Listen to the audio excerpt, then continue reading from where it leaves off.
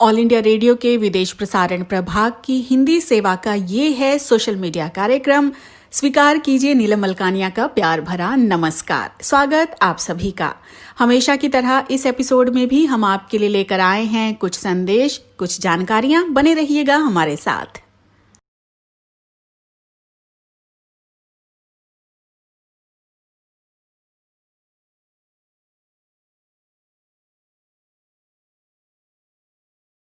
सुना था जो आया है वो जाएगा, यहाँ कोई अमर नहीं। पढ़ा था मृत्यु अटल सत्य है। समझा था राजा राणा छत्रपति, हाथिन के असवार, मरना सबको एक दिन अपनी अपनी बार। जाना था शरीर और आत्मा का भेद विज्ञान और कर्म के सिद्धांत। किंतु रहस्य ही रहे मृत्यु से छिपकर उससे बचने के उपाय। किंतु रहस्य ही रहे मृत्यु से छिपकर उससे बचने के उपाय। वर्तमान में उद्घाटित इस रहस्य से अभिभूत हुई मैं, नज़रबंद हूँ घर की चार दीवारी में। खेल रही हूँ आइस पाइस चोर बनाकर यमराज को, उसकी ढपी आँखों से छुपे रहते हुए कैद खाने में समय हो चला है रोमांच भरा। जाने क्यों याद आ रही है कहानी बिगुल वाले उस करिश्माई किरदार की, जो सदियों पहले आया था चूहों के उत्पात से नष्ट होते देश को बचाने, और अपने बिगुल की आवाज़ से चूहों को हिप्नोटाइज कर उतार आया था गहरे पानी वाली उफनती हुई नदी में। शायद इस बार उतर जाए कोरोना वायरस भी अंधे कुएं में, और यमराज चोर ही बना रह जाए। आइस पाइस खेलते इस उम्र में भी सांस रोक लंबे समय तक छिपे रहने का हुनर मुझ में बाकायदा जीवित है, यह जानकर बहुत खुश हूँ मैं। अब शेष है सिर्फ बिगुल वाले का करिश्मा देखना। सच होगा ना यह करिश्मा, होगा ना? होगा, होना ही होगा।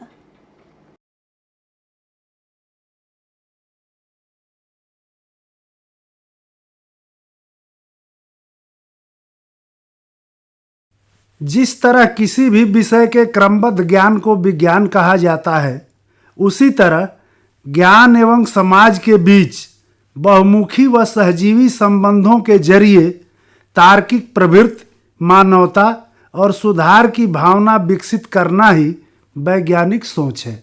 मंगल ग्रह तक मंगलयान पहुंचा देने वाले इस वैज्ञानिक युग में वैज्ञानिक दृष्टिकोण अपनाना अत्यंत आवश्यक है, और इसके लिए जरूरी है वैज्ञानिक सोच विकसित करना। वैज्ञानिक सोच विकसित करने के लिए मूल रूप से हमें दो बातों को ध्यान में रखना होता है: समाज कल्याण के संपूर्ण विकास में विज्ञान का महत्व, और आधुनिक सामाजिक मूल्यों के विकास के लिए सामाजिक प्रक्रिया के तौर पर विज्ञान का अभ्यास। अब मूल प्रश्न यह है कि किसी व्यक्ति में वैज्ञानिक सोच कैसे विकसित की जाए। हम सभी अपने आसपास की घटना के प्रति उत्सुक रहते हैं। अचानक बिजली चली जाए तो हम उसका कारण जानने को बेचैन हो जाते हैं कि आखिर बिजली गई कैसे। बस यही कैसे, क्यों, क्या, कहाँ की भावना हमारे दिमाग में कुछ जानने की जिज्ञासा पैदा करती है, और हम जवाब ढूंढने लगते हैं। जिज्ञासा और उस पर तर्क वितर्क के बीच कई उत्तर आते हैं, और फिर उन उत्तरों की सत्यता का क्रमिक ज्ञान से परीक्षण कर हम निष्कर्ष पर पहुंचते हैं। वैज्ञानिक विकास में लोगों के जीवन में सुधार की असाधारण क्षमता है। बीमार होने पर इससे न सिर्फ हम पता लगा लेते हैं कि मलेरिया है या टाइफाइड, बल्कि रोग को दूर कर जीवन प्रत्याशा भी बढ़ा दी जाती है। भौतिक दुनिया को समझने के लिए ब्रह्मांड से जुड़े सवालों के हल के साथ विज्ञान ने समाज के विकास के लिए संभावनाओं के दरवाजे खोल दिए हैं। वैज्ञानिक सोच विकसित करना, जांच परख करना, विषय पर सकारात्मक तर्क वितर्क करना प्रत्येक नागरिक का कर्तव्य है। विज्ञान लोगों को सच्चाई के लिए प्रश्न पूछने की मांग करता है। यह सोच सामाजिक बदलाव का जरिया बनता है। प्रतिदिन के कार्य जैसे खाना पकाना, ज्ञान प्राप्त करना, मनोरंजन, यात्रा आदि तो विज्ञान पर निर्भर हैं ही। अब भूख, गरीबी, महामारी जैसी बड़ी त्रासदियों से भी निपटने की संभावना इस सोच में निहित है। इंडियन साइंस कांग्रेस 1956 में दिए गए अपने भाषण में देश के प्रथम प्रधानमंत्री ने कहा था कि लोगों में वैज्ञानिक सोच की कमी के कारण ही समाज में भूख, गरीबी और निरक्षरता जैसी समस्याएं हैं। वैज्ञानिक सोच को प्रोत्साहन देने से तरक्की हो सकती है। इसमें कोई शक नहीं कि 1958 के वैज्ञानिक नीति प्रस्ताव के बाद से देश की बुनियादी एवं उपयोगी जरूरतों को पूरा करने के लिए वैज्ञानिक अनुसंधान, उन्नत विकास एवं प्रभावी भौतिकी आदि के क्षेत्र में उल्लेखनीय प्रगति हुई है। हम बैलगाड़ी से मेट्रो तक का सफर कर रहे हैं। मसलन विज्ञान के औचित्य को महत्वपूर्ण मानते हुए समस्याओं को समझने की बुनियादी वैज्ञानिक मनोवृत्ति बनी है। ऐसे में वैज्ञानिक सोच को बढ़ावा देने के लिए सभी को शिक्षित करने की जरूरत है ताकि आलोचनात्मक विवेक पैदा हो सके। जाति धर्म के दायरे से बाहर निकलकर समानता, भाईचारे के लिए समावेशी माहौल तैयार हो।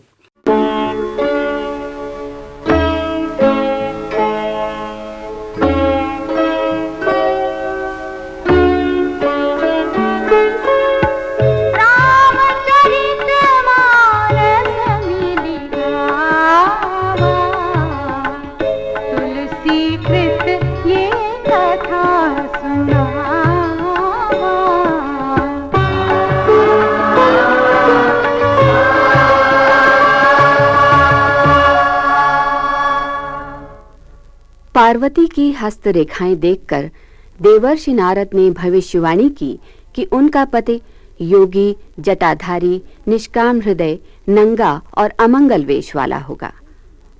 देवर्षि ने कहा, हे हिमवान, विधाता ने जो ललाट पर लिख दिया है उसे कोई मिटा नहीं सकता।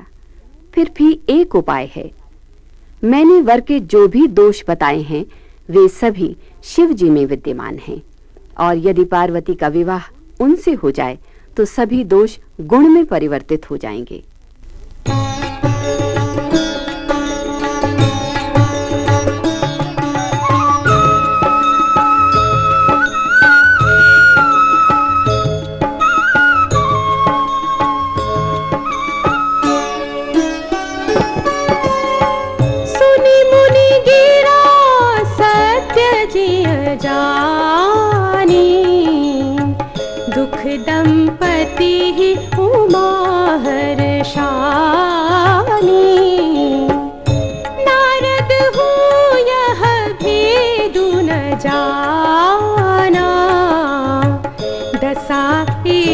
समूझब बिलगाना,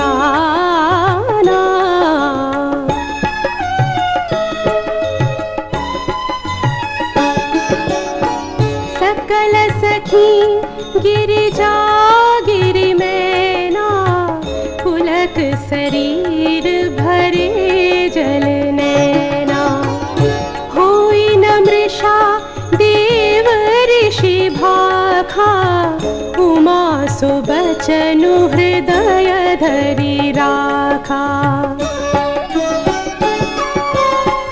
उपजियु शिव पद कमल स्नेहु, मिलन कठिन मन भासन देहु। जानि को अवसरु प्रीति दुराई, सखियु छंग बैठी पुनि जाई।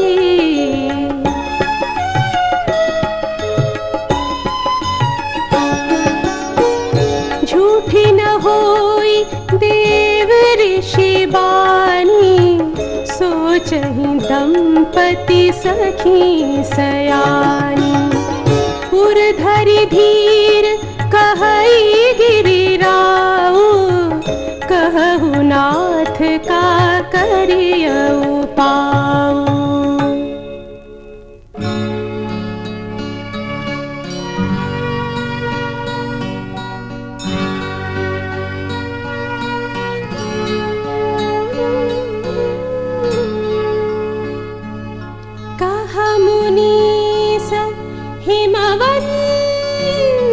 सुनो जो विधि लिखा लीला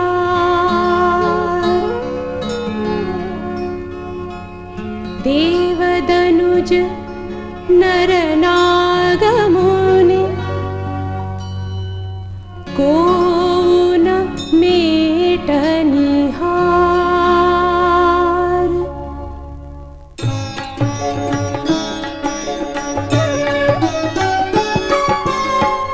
तदपि एक मैं कहूँ उपाय होई करे जो देउ सहाय।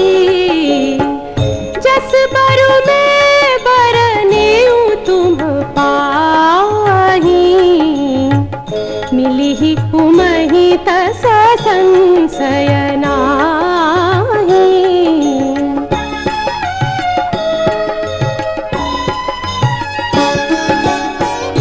जे जे बर के दोष बखाने ते सब शिव पहि में अनुमाने। जो विबाहु शंकर सन होई दोष गुण सम कह सब कोई। जो वही सेज शयन हरि करहि बुध कछु तिन्ह कर दोष न धरहि।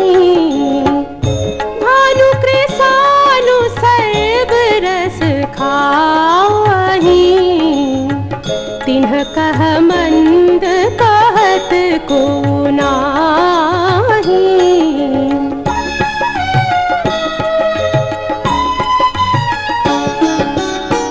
शुभ अरु अशुभ सलिल सब बहई सुर सरी को अपुनीत न कहई।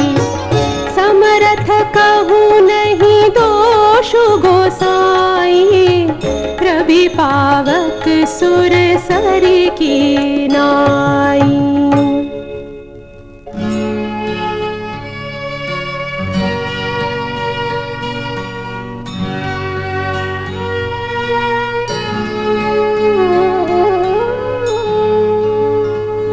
जो असहि सिखा करहि नर जड़ विवेक अभिमान। परहि कलप भरी नरकमहु जीव की ईस समान।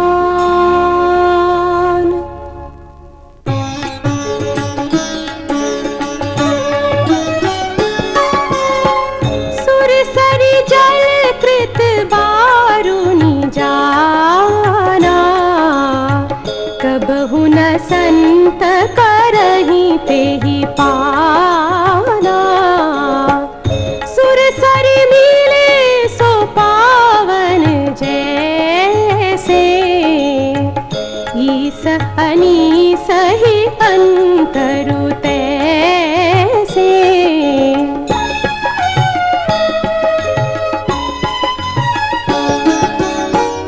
संघु सहज समरथ भगवाना एहि विवाह सब विधि कल्याणा। दुराराध्य पे अहि महेशु आशुतोष पुनि की कलेसु। जो तप करे कुमारी तुम्हारी भावी उमेटी सकहि त्रिपुरारी। यद्यपि बर अनेक जग माही एहि कह शिव तजि दूसर नाहि।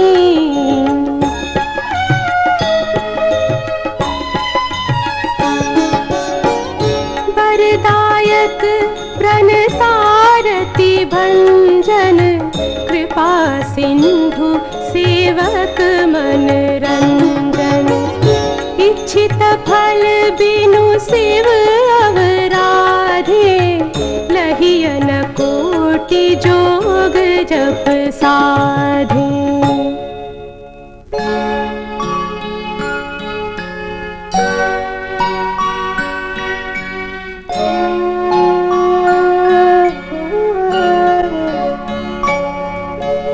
अस कहि नारद सुमिरे हरि, गिरिजहि दीन्हि असीस, होई यह कल्याण अब, संशय तजहु गिरीश।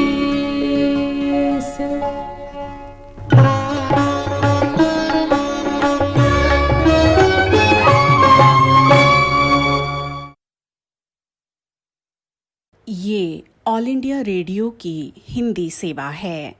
अब आप नीलम मलकानिया से समाचार सुनिए। देश में कोविड-19 से 4,56,831 मरीज ठीक हो चुके हैं। पिछले 24 घंटों में 16,883 मरीज स्वस्थ हुए हैं। स्वस्थ होने की दर अब 61.53% है। स्वास्थ्य मंत्रालय का कहना है कि देश में मृत्यु दर विश्व में सबसे कम है। पिछले 24 घंटों में कोविड-19 संक्रमण का पता लगाने के लिए देश भर में 2,62,679 बार जांच की गई। पश्चिम बंगाल में संक्रमण के मामले बढ़ने पर हावड़ा और कोलकाता में संक्रमण वाले क्षेत्रों में कल शाम 5 बजे से फिर से कड़ी पूर्णबंदी लागू की जाएगी। भारत चीन सीमा पर तनावपूर्ण गतिविधियां कम होनी जारी हैं। भारतीय सैन्य बल इस प्रक्रिया की निगरानी कर रहे हैं। जम्मू कश्मीर के पुंछ जिले में बालाकोट क्षेत्र में पाकिस्तान द्वारा किए गए एक और संघर्ष विराम उल्लंघन में एक आम नागरिक मारा गया और एक अन्य घायल हो गया है। ये समाचार हमें विदेश प्रसारण प्रभाग के वार्ता एकांश से प्राप्त हुए। भूटान ने कहा है कि चीन के साथ इसकी सीमा का निर्धारण नहीं किया गया है और इस संदर्भ में वार्ता चल रही है। हाल ही में चीन और भूटान सीमाओं पर तनाव बढ़ गया है। भारत और अमेरिका ने परस्पर विस्तृत वैश्विक सामरिक साझेदारी के अंतर्गत संपूर्ण सक्रियता के बारे में वर्चुअल या आभासी विचार विमर्श किया है। विदेश सचिव हर्षवर्धन श्रृंगला और अमेरिका के विदेश मंत्रालय में राजनीतिक मामलों के अवर सचिव डेविड हैल ने अपने अपने प्रतिनिधि मंडलों का नेतृत्व किया। ब्राजील के राष्ट्रपति जायर बोल्सोनारो कोविड-19 संक्रमण से ग्रस्त हो गए हैं। हालांकि उन्होंने कहा है कि उन्हें कोरोना विषाणु के कोई भी लक्षण नहीं हैं। प्रधानमंत्री नरेंद्र मोदी ने राष्ट्रपति बोल्सोनारो के शीघ्र स्वस्थ होने की कामना व्यक्त की है। ट्रंप प्रशासन ने अधिसूचित किया है कि अमेरिकी कांग्रेस औपचारिक रूप से विश्व स्वास्थ्य संगठन से अलग हो रही है। राष्ट्रपति ट्रंप ने चीन पर आरोप लगाया है कि एक साल में केवल $4 करोड़ का योगदान करने के बावजूद चीन ने वैश्विक स्वास्थ्य इकाई को प्रभावित किया है। कोरोना विषाणु की वजह से की गई पूर्णबंदी के चलते सर्बिया में प्रदर्शनकारियों ने संसद पर धावा बोला। वे राष्ट्रपति अलेक्जेंडर वुसिस के त्यागपत्र की मांग कर रहे थे। देश में कोविड-19 संक्रमण के मामले बढ़ने की वजह से सर्बिया में कड़ी पूर्णबंदी की घोषणा की गई थी। इसी के साथ ये समाचार बुलेटिन अब समाप्त होता है। आइए अब सुनते हैं सामयिक वार्ता। विषय है भारत चीन की सीमाओं पर तनाव में कमी। आलेख प्रोफेसर श्रीकांत कोंडापल्ली का है। वाचक हैं मनोज कुमार चौधरी। भारत चीन सीमा के मुद्दों पर दो विशेष प्रतिनिधियों के बीच 2 घंटे तक चली लंबी चर्चा के बाद डी एस्केलेशन की घोषणा लद्दाख में 5 मई से चल रही भारत तथा चीन के बीच की तनावपूर्ण स्थिति के लिए एक बड़ी राहत लेकर आई है। क्षेत्रीय विवाद का समाधान करने के लिए 2 विशेष प्रतिनिधियों को जिम्मेदारी दी गई थी। इसलिए इस विवाद का समाधान निकालने के लिए राष्ट्रीय सुरक्षा सलाहकार अजित डोवाल तथा चीन के विदेश मंत्री वांग यी के बीच वर्चुअल वार्ता हुई तथा दोनों प्रतिनिधियों ने दोनों देशों के बीच समग्र सुरक्षा मुद्दों को भी संबोधित किया। दोनों प्रतिनिधियों ने सीमा के पश्चिमी क्षेत्र पर दोनों देशों के सैनिकों के बीच जल्द से जल्द पूर्ण डिसएंगेजमेंट के लिए राजनीतिक मार्गदर्शन प्रदान किए। इस घोषणा ने चरणबद्ध तथा कदमवार डिसएंगेजमेंट तथा डी एस्केलेशन प्रक्रियाओं के साथ सीमाओं पर शांति की पूर्ण बहाली की आशा जगाई। इसमें आगे कहा गया है कि दोनों पक्षों को वास्तविक नियंत्रण रेखा LAC का सम्मान तथा इसकी बंदिशों का पालन करना चाहिए तथा किसी भी पक्ष को सीमाओं पर यथास्थिति को बदलने के लिए किसी प्रकार की एक पक्षीय कार्रवाई नहीं करनी चाहिए। इस बैठक के तुरंत बाद खबर आई कि वास्तव में डिसएंगेजमेंट की प्रक्रिया जमीनी स्तर पर शुरू हो चुकी है। इस प्रकार इसने विगत कई महीनों से इस क्षेत्र में बढ़ रहे तनाव से राहत दी है। इस तनाव के कारण दोनों देशों के सैन्य साजो सामान तथा सैनिकों की गतिविधियां बढ़ी हुई थीं। निसंदेह इस प्रकार की डिसएंगेजमेंट तथा डी एस्केलेशन प्रक्रिया को निकटता से निगरानी किए जाने की आवश्यकता है, क्योंकि भारत की स्थिति अप्रैल 2020 वाली जमीन की यथास्थिति को बहाल करने की रही है। 5 मई से मुक्केबाजी तथा पत्थर फेंकना वास्तविक नियंत्रण रेखा LAC के क्षेत्रों पर नियम बन गया था, क्योंकि चीनी सैनिकों ने विवादित क्षेत्रों के ग्रे जोन में घुसने की कोशिश की और उन्हें भारत के सैनिकों के कड़े विरोध का सामना करना पड़ा। यथास्थिति की बहाली के अंतर्गत चीनी सैनिकों को न केवल पैंगोंग त्सो और फिंगर पॉइंट्स 4 से 8 को छोड़ना पड़ेगा, बल्कि उन्हें गलवान के गश्ती बिंदु 14, 15 और 17, गोगरा हॉट स्प्रिंग्स तथा दौलत बेग ओल्डी के निकट के हाल के घुसपैठ वाले स्थानों, देशपांग के समतल क्षेत्रों और गलवान की चोटियों को भी खाली करना होगा। काराकोरम क्षेत्र से शुरू होकर दक्षिण पूर्व लद्दाख के पश्चिमी क्षेत्र के 65 गश्ती बिंदु के कुछ क्षेत्रों की स्थिति हाल ही में तनावपूर्ण हो गई थी। 1990 के दशक में विश्वासवर्धक उपायों CBMS के तंत्रों के विकसित होने के बाद दोनों सशस्त्र बलों के बीच डिसएंगेजमेंट प्रक्रिया की चर्चा हुई थी। इसकी चर्चा 6 जून तथा 22 जून को स्थानीय कमांडरों के बीच हुई बैठकों में की गई थी, लेकिन गलवान गश्ती बिंदु 14 पर 15 जून की रात 20 भारतीय सैनिकों के शहीद होने तथा लगभग 43 चीनी PLA के सैनिकों के हताहत होने की घटना ने संबंधों को बिगाड़ दिया। 2 विशेष प्रतिनिधियों के बीच की बैठक 3 जुलाई की प्रधानमंत्री नरेंद्र मोदी की लद्दाख यात्रा के परिदृश्य में हुई है। इस यात्रा के दौरान उन्होंने सशस्त्र बलों को पूर्ण समर्थन देने का आश्वासन दिया था। इस आश्वासन ने समस्या के समाधान के प्रति एक दृढ़ संकेत दिया। दोनों देशों ने 1993 में शांति तथा प्रशांति समझौता, सेना के क्षेत्र में 1996 के CBMS, 2005 तथा 2013 में सीमा रक्षा सहयोग समझौते जैसे CBMS के विस्तृत तंत्र विकसित किए थे, जो दूसरे पक्ष द्वारा गश्ती नहीं करने के सुझाव देते हैं। बहरहाल 2017 की डोकलाम की घटना तथा न केवल पश्चिमी क्षेत्र बल्कि नाकुला में भी हाल के तनावों को देखकर चिंता बढ़ती है कि पेइचिंग CBMS का पालन नहीं कर रहा है, जबकि ये देखना सुखद है कि 2 एशियाई पड़ोसी सीमा की स्थिरता के मुद्दों पर एक समझौते पर पहुंच रहे हैं। इस बैठक को लेकर चीन के विदेश मंत्रालय का वक्तव्य भिन्न वरीयताओं का सुझाव देता है। इसका कहना है कि चूंकि चीन सीमाओं पर शांति तथा प्रशांति के लिए प्रयासरत रहेगा, लेकिन ये अपनी क्षेत्रीय संप्रभुता का दृढ़ता से रक्षा करेगा। इसके अलावा इसने विकासात्मक अवसरों पर फोकस की संयुक्त मोर्चा की युक्ति का आह्वान किया। महत्वपूर्ण बात यह है कि चीन ने भी सुझाव दिया कि लोकमत को सही दिशा में मार्गदर्शन करने की आवश्यकता है, जिससे कि दोनों देशों की बीच की भिन्नताओं को बढ़ने से रोका जा सके। सीमाओं पर रुकी हुई प्रगति संबंधी विगत के अनुभव तथा इसके सैन्य तंत्र में वृद्धि के अतिरिक्त चीन का संदेह और शर्त ये सुझाव देता है कि आने वाले हफ्तों में भारत को अपने सीमा सुरक्षा तथा प्रबंधन में मुस्तैद रहने की आवश्यकता है। कार्यक्रम आपको कैसा लगा हमें जरूर बताइएगा esth.radiomail@gmail.com पर।